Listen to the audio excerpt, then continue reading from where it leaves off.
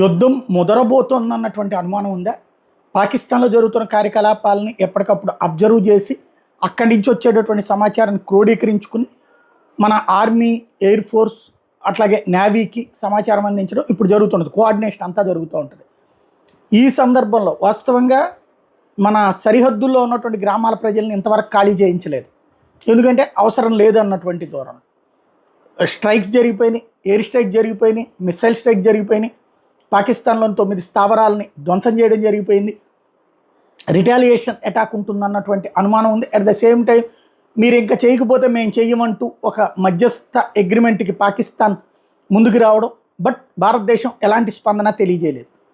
ఈలోపు సాధారణ క్రిందటిసారి కూడా ఇట్లాగ మనం స్ట్రైక్ చేసిన తర్వాత బాలాకోట్ స్ట్రైక్ చేశాక ఇమీడియట్గా నైట్కి తెల్లవారుజాముకి రియాక్ట్ అయ్యి పాకిస్తాన్ అటాక్ ముందుకు వచ్చింది. ఇక్కడ అట్లాంటిది ఏమన్నా జరుగుతుందా? అట్ ద సేమ్ టైం గ్రౌండ్లో అక్కడ పాకిస్తాన్ సరిహద్దుల్లో ఉన్నటువంటి మన కాశ్మీర్కి సంబంధించినటువంటి ప్రజల మీద వరుసపెట్టి పూంచ్ సెక్టార్ నుంచి ఇతర సెక్టార్లలో పూంచ్ సెక్టార్ కొంచెం దగ్గరగా ఉంటుంది కాబట్టి అక్కడ అటాక్స్ ఎక్కువగా జరుగుతూ వస్తున్నాయి. పబ్లిక్ మీదన, ఇళ్ల మీదన, సైన్యం మీద కంటే కూడా ఇళ్ల మీద దాడులు ఎక్కువ జరుగుతున్నాయి.